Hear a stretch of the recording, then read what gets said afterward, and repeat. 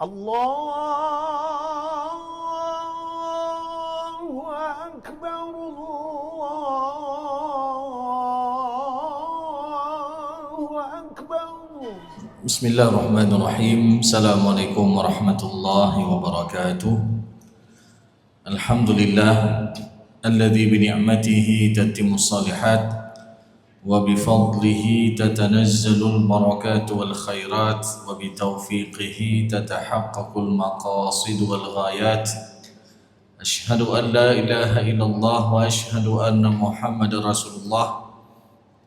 اللهم صل وسلم على سيدنا محمد وعلى آله وصحبه أجمعين. أما بعد, kaum muslimin dan kaum muslimat sidang jamaah salat maghrib yang dimuliakan oleh Allah Subhanahu wa taala, serta seluruh pendengar Radio Baitur Rahman, Radio RRI dan radio swasta yang lainnya dimanapun Anda berada, dan juga yang mengikuti live streaming Masjid Raya TV yang dimuliakan oleh Allah Subhanahu wa taala. Pertama-tama marilah kita menjadikan puji dan syukur kita kepada Allah Subhanahu wa taala yang masih memberikan kita nikmat iman, nikmat sehat, dan juga nikmat kesempatan untuk terus kita bisa melangkahkan kaki kita menuju ke rumah Allah yang kita cintai ini untuk bisa melaksanakan salat maghrib secara berjamaah, yang mana keutamaan salat berjamaah itu sangat luar biasa. Tidak hanya kita mendapatkan pahala 27 derajat, tidak hanya setiap langkah yang kita gerakkan dari tempat tinggal kita, satu langkahnya diangkat derajat kita dan satu langkahnya diampuni dosa-dosa kita. Bahkan orang-orang yang senantiasa melaksanakan salat maghrib secara berjamaah dan juga menjaga adab-adabnya, dia juga bisa memperoleh keutamaan semisal keutamaan pahala haji dan umrah. Dan ini juga sebagaimana yang disebutkan dalam hadis Rasulullah SAW, man kharaja min baitihi mutatahhiran, barang siapa yang keluar dari rumahnya sedang dia dalam keadaan bersuci, barang siapa yang keluar dari rumahnya sedang dia dalam keadaan berwudu, ila salatin maktubah, yang mana dia menuju ke masjid untuk salat 5 waktu di rumah-rumah Allah, di masjid-masjid Allah, maka kata Rasulullah SAW, fa ajruhu ka ajril hajjil muhrimi, maka baginya semisal pahala haji sedang dia dalam keadaan berihram. Maka jemaah yang dimuliakan oleh Allah Subhanahu wa taala, teruslah kita istiqamah untuk melaksanakan salat maghrib dan salat fardu yang lainnya dimanapun kita berada, untuk kita memakmurkan rumah-rumah Allah. Salawat dan salam tak lupa pula kita sampaikan kepada Nabi Muhammad SAW, Rasulullah sebagai qudwah hasanah, Rasulullah sebagai suri tauladan yang baik yang patut kita contohi dalam kehidupan kita sehari-hari. Bapak Ibu yang dimuliakan oleh Allah Subhanahu wa taala, kembali melanjutkan kajian kita setiap Ahad malam ataupun malam Senin yang membahas seputar problematika pembagian harta warisan, hibah dan wasiat di dalam Islam. Tentu bicara tentang masalah hukum waris ini, kita membincangkan tentang sebuah permasalahan yang tidak ada habis-habisnya selama di sana ada berlakunya kematian, lalu ada ahli waris yang ditinggalkan, dan ada harta yang disimpan. Jadi selama 3 hal ini terjadi, maka berlaku terkait tentang permasalahan kewarisan. Kemudian jemaah yang dimuliakan oleh Allah Subhanahu wa taala, pada pertemuan sebelumnya kita juga telah membahas tentang perbedaan yang spesifik terkait kapan disebut permasalahan warisan, kapan itu yang ataupun apa perbedaannya dengan masalah wasiat, dan apa perbedaannya juga dengan permasalahan hibah, karena ini sama-sama pemberian harta. Tetapi perlu kita garis bawahi bahwasanya terkait tentang masalah warisan ini berlaku ketika ada yang meninggal dunia. Jadi kalau ada orang tua lalu dia bagi-bagikan harta kepada anak-anaknya semasa hidup, maka ini bukan masalah warisan. Karena nanti ada syarat daripada kewarisan itu adalah meninggalnya si pewaris. Ya. Karena kita juga banyak mendengar permasalahan kasus yang terjadi di masyarakat. Terkadang ada orang tua yang telah membagikan harta warisan kepada anak-anaknya semasa hidup dengan harapan apa? Ketika meninggal orang tuanya nanti enggak ribut-ribut. Maka kalau ini disebut dengan masalah warisan, ini adalah sesuatu hal yang rancu dan tidak sesuai dengan syariat dan tidak sesuai dengan hukum fikih. Karena bicara warisan itu sekali lagi berlaku ketika ada kematian. Lalu kalau ada orang bagi-bagi harta semasa hidup, maka ini bukan masalah warisan. Ini masalah hibah ataupun wasiat yang di sana juga ada aturan mainnya. Jadi tidak sembarang kita kasih wasiat, tidak sembarang juga kita kasih hibah. Kadang-kadang terjadi kasus terkait tentang masalah hibah. Ketika misalkan ada seorang orang tua sayang kepada anak tertentu, lalu dia memberikan pemberian hibah kepada anak tersebut tanpa diberikan kepada anak-anak yang lain. Maka dalam hal ini jamaah yang dimuliakan oleh Allah Subhanahu wa taala, ini tidak diperkenankan. Karena ini juga pernah terjadi di masa Rasulullah ketika ada salah seorang sahabat Nu'man ibnu Bashir memberikan pemberian kepada anaknya. Namun apa yang terjadi? Istrinya sendiri tidak ridha pemberian tersebut sampai Rasulullah jadi saksi. Kemudian Rasulullah tanya, ataupun Nu'man ibnu Bashir ini menjumpai Rasulullah dan bertanya, "Ya Rasulullah, sesungguhnya saya telah memberikan pemberian kepada anak saya, tapi istri saya tidak ridha ya Rasulullah sampai engkau jadi saksi atas pemberian tersebut." Sehingga ketika itu Rasulullah SAW kembali bertanya kepada Nu'man ibnu Bashir, "Apakah engkau memberikan pemberian kepada anak-anakmu yang lain?" "Tidak ya Rasulullah." Maka Rasulullah katakan, "I'dilu baina auladikum." Berlaku adilah kamu terhadap anak-anakmu. Maka dalam riwayat yang lain disebutkan farji'hu, tarik kembali apa yang telah kamu hibah itu. Ya, i'dilu baina auladikum, berlaku adil kamu terhadap anak-anak. Makna adil ini enggak mesti sama. Jadi boleh dikasih sama rata, boleh, ataupun dengan dilihat juga kemaslahatan ataupun kondisi daripada anak-anak. Oh, yang satu sudah punya rumah, mungkin sedikit dikasih satu petak tanah kosong.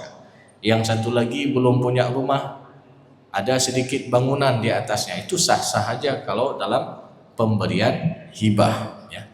Kemudian jemaah yang dimuliakan oleh Allah Subhanahu Wa Taala, sebagaimana juga pernah kita menyebutkan, yang namanya hibah ini juga nggak boleh seluruh harta, karena kita juga masih hidup.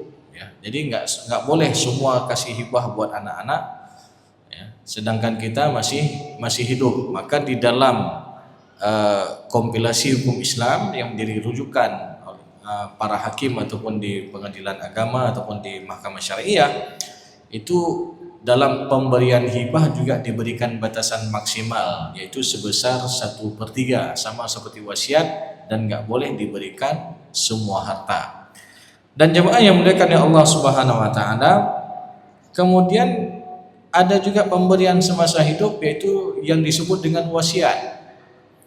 Jadi wasiat ini diberikan oleh orang tua kepada anaknya misalkan, dan berlakunya wasiat tersebut ketika si pemberi wasiat meninggal dunia ataupun ketika orang tua meninggal dunia. Jadi kalau orang tua masih hidup, pada dasarnya itu belum berpindah hak milik. Jadi misalkan kalau saya meninggal dunia nanti, rumah ini untukmu, tanah ini untukmu, dan lain sebagainya. Maka dalam hal ini belum berlaku pemindahan hak milik, karena kenapa? Orang tua masih hidup. Kapan berlakunya? Ketika si pemberi wasiat meninggal dunia. Nah, ini kalau kita bicara wasiat. Dan wasiat ini juga ada aturan mainnya. Jadi nggak boleh diberikan kepada ahli waris tanpa izin dari seluruh ahli waris. Karena berdasarkan hadis Rasulullah SAW, "Innallaha qad a'ta kulli haqqin haqqahu fala wasiyata liwarithin. Sesungguhnya Allah telah menetapkan hak bagi tiap-tiap yang berhak, maka tidak boleh wasiat itu diberikan untuk ahli waris. Kenapa? Karena ahli waris sudah Allah tetapkan porsinya dalam Al-Quran. Ada yang dapat bagian setengah, sepertiga, seperempat, dan seterusnya. Lalu sebenarnya wasiat itu diberikan kepada siapa? Diberikan wasiat itu secara sunnahnya untuk selain ahli waris. Kasih untuk anak angkat boleh, karena anak angkat ini bukan termasuk ahli waris. Kasih buat anak tiri boleh, karena anak tiri bukan termasuk ahli waris. Kasih buat ponaan, kasih buat cucu misalkan yang sudah duluan meninggal orang tuanya, itu boleh kasih wasiat. Ataupun wasiat ini diberikan untuk kemaslahatan umat, kasih buat masjid, kasih buat lembaga pendidikan agama, kasih tempat tempat anak yatim dan lain sebagainya, maka ini diperbolehkan. Dan dalam pemberian wasiat ini juga maksimal diberikan sebesar 1/3, jadi nggak boleh lebih daripada 1/3. Lalu bagaimana kalau dalam praktek di masyarakat kita lihat ada orang tua tulis surat wasiat, anak pertama dapat item ABC, anak kedua ABC, anak ketiga ABC, dan ini ditandatangani oleh semua ahli waris. Apakah ini boleh dijalankan? Boleh, atas dasar kesepakatan semua ahli waris. Yang nggak boleh kapan itu? Ketika ada orang tua kasih wasiat kepada anak tertentu dan ini tidak diketahui oleh anak-anak yang lain. Nah, ini juga sering terjadi.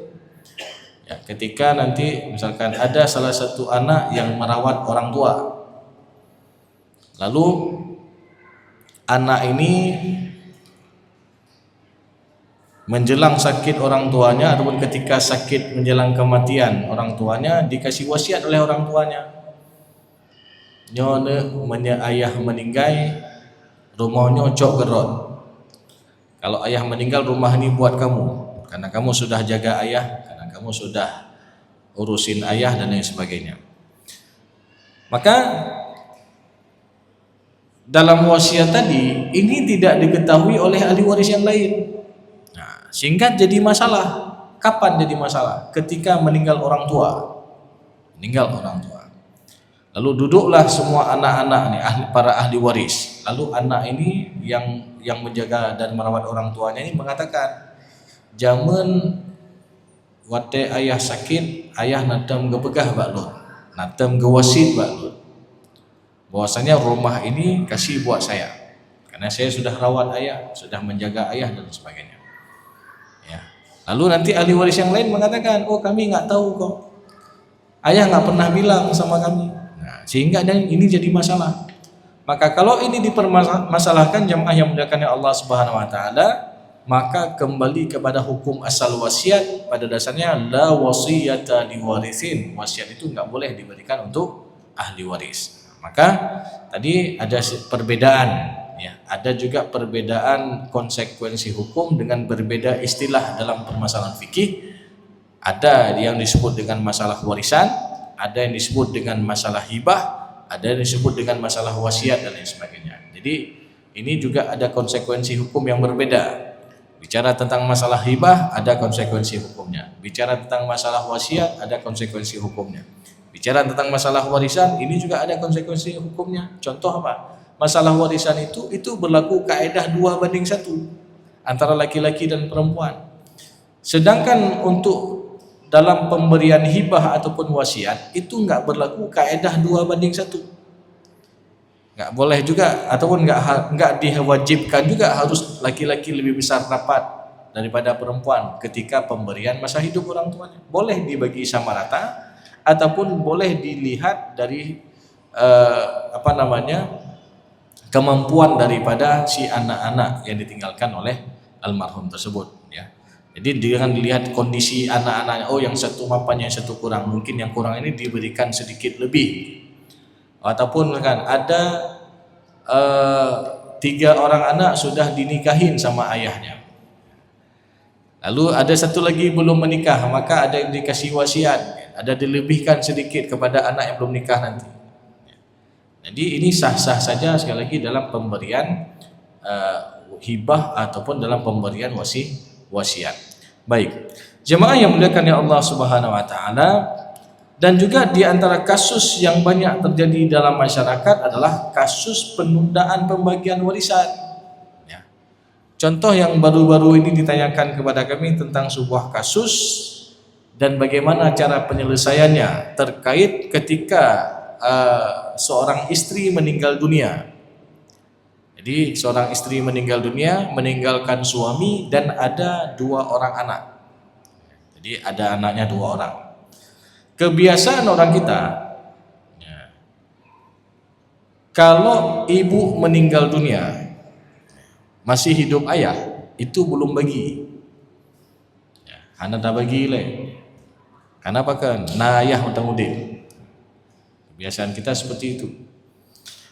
Nah, namun jemaah yang dimuliakan oleh Allah Subhanahu wa taala, ketika ini tidak dibagi, ya, seiring berjalanan waktu, rupanya apa yang terjadi? Ayahnya ini menikah lagi. Ketika menikah lagi dengan istri yang baru, dari hubungan yang istri yang kedua ini tidak ada keturunan. Sehingga puncak masalahnya meninggal dunia si ayahnya atau suami ini. Jadi ketika meninggal dunia suami ini, meninggalkan ahli warisnya, ada anak dari istri pertama dan ada istri yang kedua sekarang masih hidup, dan masih ada maknanya mereka diputuskan dengan kematian, bukan karena perceraian. Ya. Jadi istri pertama sudah meninggal dunia. Ini bagaimana cara pembagiannya? Maka dalam hal ini jemaah yang dimuliakan Allah Subhanahu wa taala, kalau ada harta peninggalan almarhum ayah sekarang 1 miliar misalkan, apakah dari 1 miliar itu langsung diberikan 1/8 kepada istrinya yang baru, mana istri yang kedua tadi, atau ini dipisah dulu, dihitung harta dari istri pertama, difaraidkan?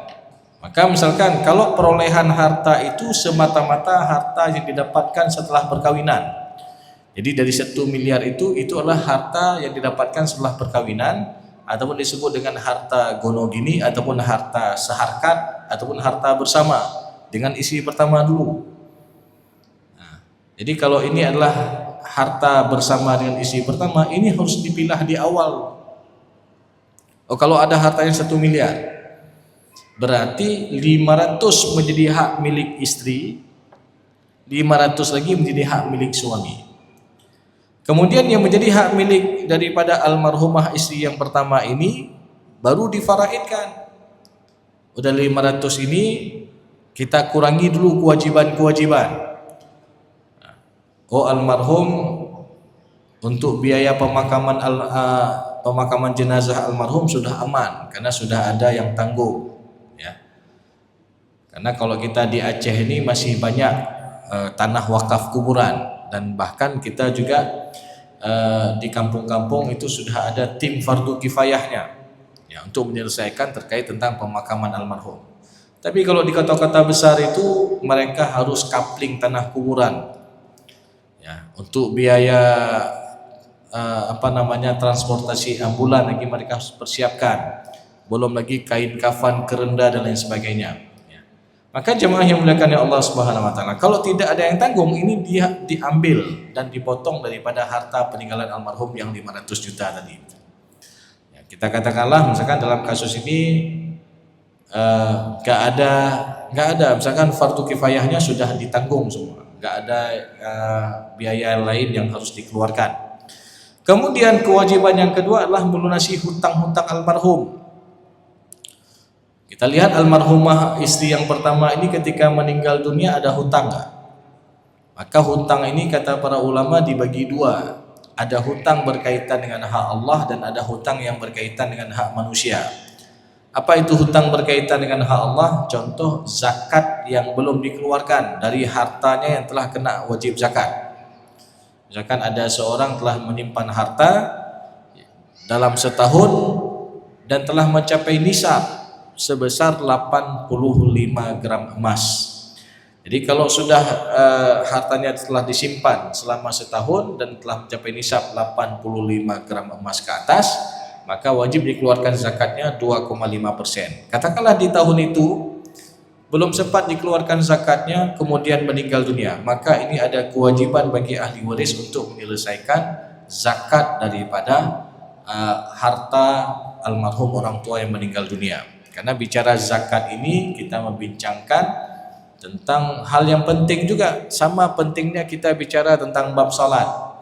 Karena dalam Al-Quran selalu disandingkan itu antara salat dan zakat. Wa aqimus salah wa atuz zakah. Baik, kemudian nanti yang kedua, ada hutang yang berkaitan dengan hak manusia. Mungkin dalam kita bermuamalah ada hutang piutang, maka ini juga harus diselesaikan.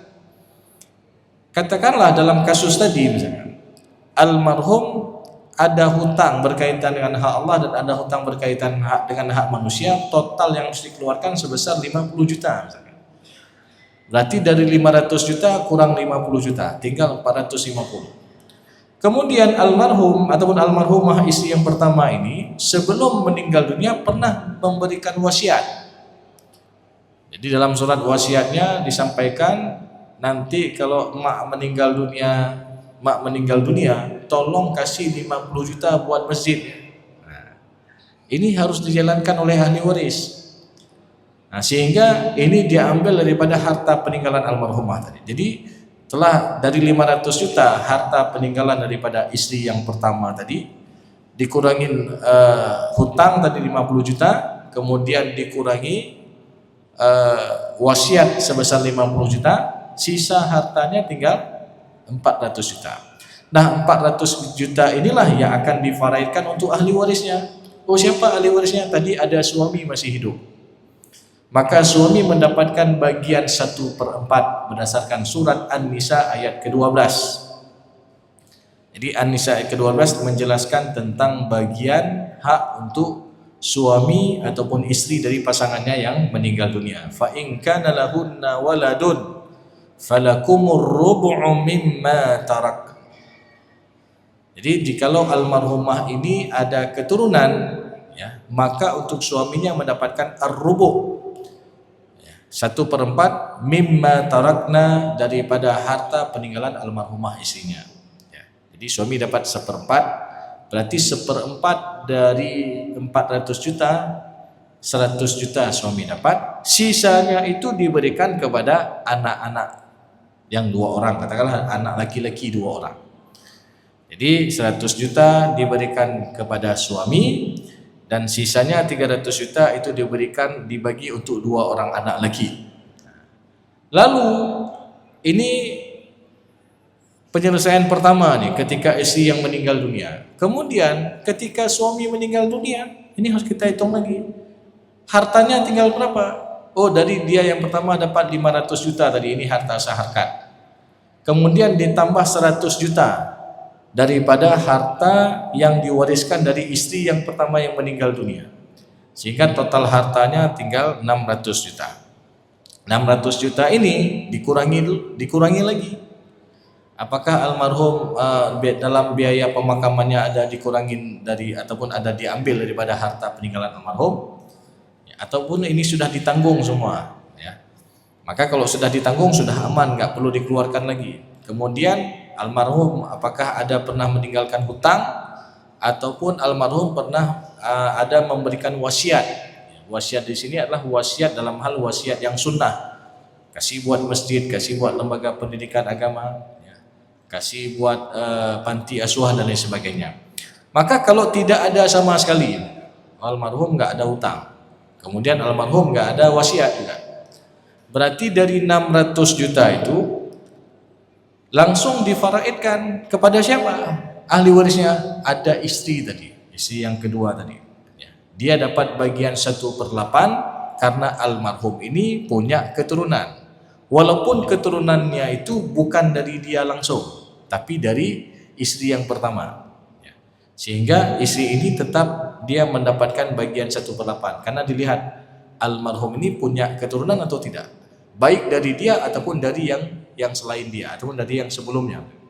Oh, kalau ada keturunan maka istri dapat bagian 1/8, sehingga dia dapat bagian 1/8 dari 600 juta, sisanya itu baru dibagikan kepada anak-anak, ya, yang 2 orang tadi.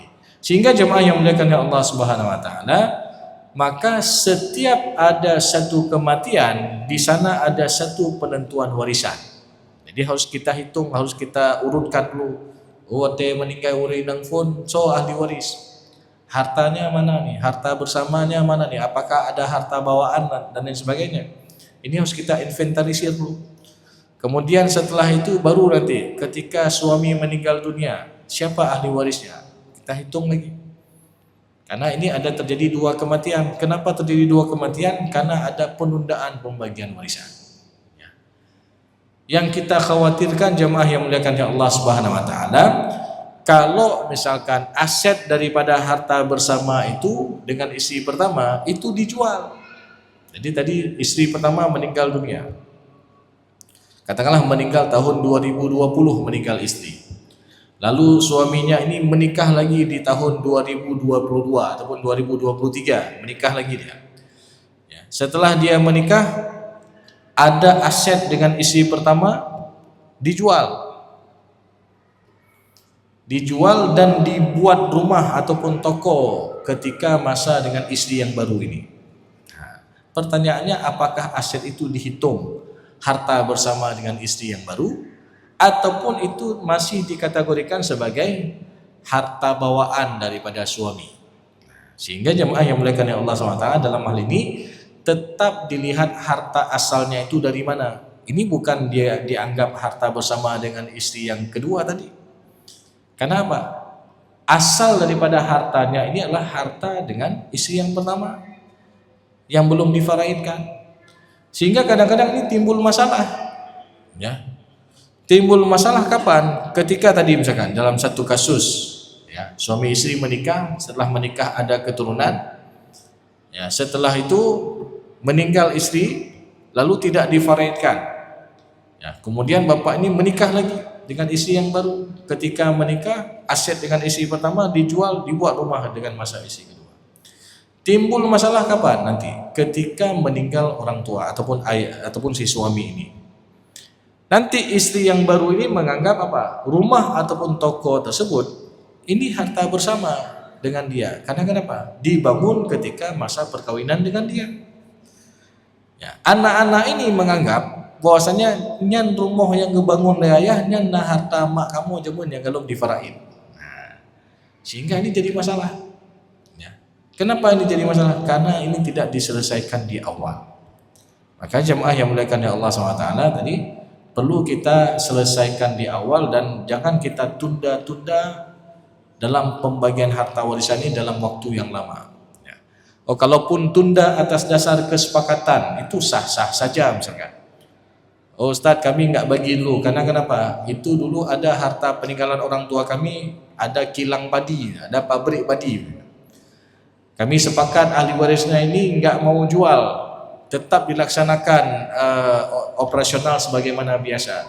Tapi nanti kami bagi dari keuntungannya sesuai dengan porsi faraid. Itu bagaimana? Boleh nggak? Boleh.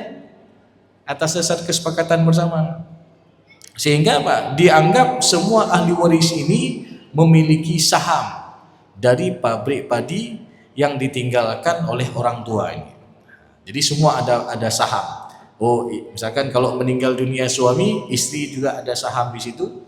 Anak laki, anak perempuan juga ada saham di situ. Jadi nanti ketika keuntungan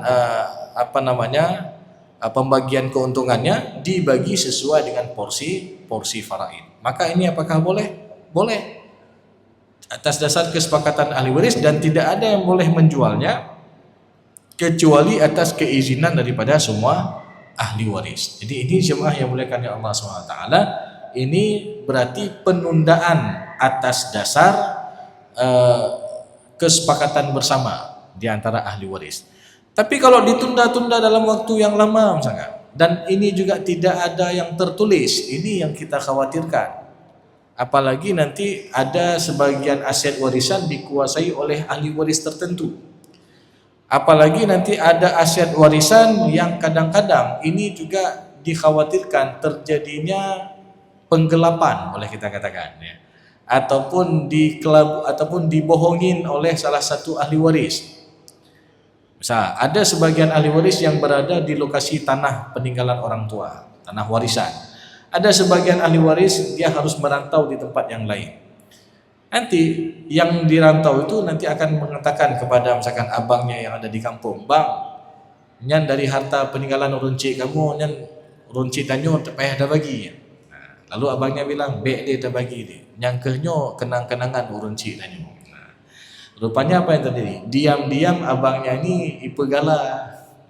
Diam-diam abangnya ini dia gadaikan kepada orang lain dari tanah peninggalan orang tuanya ini tanpa sepengetahuan daripada ahli waris yang lain. Nah, ini sering jadi masalah juga. Ya. Karena ketika dia merasa ada keperluan ataupun ada kebutuhan ekonomi, ya, perlu uang dia, mungkin karena nggak ada tempat yang lainnya. Dijual harta warisan pun ini butuh waktu dan sebagainya, akhirnya dipegala, digadaikan tanpa dikasih tahu kepada adik-adiknya yang lain. Ini juga sering terjadi masalah. Ya. Ini jemaah yang muliakan Allah SWT, makanya bicara tentang masalah warisan ini rentan terjadi ujian. Apalagi dalam Al-Quran juga Allah berfirman, wa'lamu annama amwalukum wa auladukum fitnah. Ketahuilah bahwasanya harta kalian dan anak-anak kalian adalah fitnah, tempat kita diuji, tempat kita dicoba oleh Allah Subhanahu wa taala. Barangkali dalam hal masalah ibadah kita aman, kita rajin salat, rajin puasa, rajin amal, kita beramal-amal yang lainnya, ya. Tapi dalam masalah harta kadang-kadang itu susah kita. Apalagi syaitan juga mengetahui kelemahan kita. Orangnya menyebab ibadah taat, tapi menyebab harta goyang. Nah, jadi syaitan masuk dari situ, ya. Digoda kita. Oh, ini kita ambil sedikit. Oh, ini nggak ada yang tahu. Ini tak pegala juga. Ya. Jadi jamaah yang muliakan Allah SWT, ini bahaya. Ini juga ujian. Ya. Karena tadi Allah katakan bahwasanya harta dan anak-anak kita adalah tempat kita diuji. Diuji dengan anak, diuji dengan harta, ya.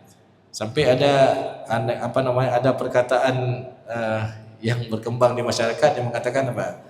Biasanya kalau akur-akur antara abang beradik berarti hana harta yang ditinggali urunci, ya. Tapi menjadi harta bacuk kakaru, ya, sudah ribut. Nah, ini sering kita dengar, ya. Jadi ketika ada harta sedikit peninggalan orang tua sudah ribut, ya. Jadi di sanalah celah syaitan dia goda kita, ya. Padahal jemaah yang muliakan Allah SWT, tanggung jawab kita terhadap harta ini sangat luar biasa. Bahkan dalam hadis Rasulullah disebutkan kita semua akan ditanya di hari akhir nanti. Lan tazalu qadama ibnu Adam yaumal qiyamati hatta yus'ala an arba. Tidak akan bergeser kaki seorang anak Adam di hari akhir nanti sampai kita ditanya terhadap 4 hal. Yang pertama apa? An umrihi fima afnah. Umur kita untuk apa kita habiskan? Ini dari umur. Nanti sejak kita lahir sampai kita meninggal Allah akan tanya. Detail Allah tanya, ya. Kemudian yang kedua, dalam sebuah riwayat disebutkan an syababihi fima abla. Masa mudanya untuk apa dia habiskan? Padahal kalau kita kita menghayati daripada ataupun kita mencerna tentang yang pertama tadi, umur itu kan juga mencakup masa muda. Tapi secara khusus juga Allah tanyakan masa muda kita untuk apa kita habiskan? Karena di masa muda itu kita banyak diberikan nikmat kekuatan, nikmat kekuatan dalam mengingat juga, kuat fisik dan lain sebagainya. Ya, jadi Allah akan tanya khusus itu. Kemudian juga Allah tanya an ilmihi fima amila. Ilmunya itu untuk apa dia amalkan? Apakah dia hanya sekedar memperbanyak ilmu saja? Ya. Ataupun dia ada ilmu tapi dia enggak mengamalkannya? Ini juga Allah akan tanya. Ya. Ilmu kita ini yang kita ketahui ini apakah telah kita jalankan?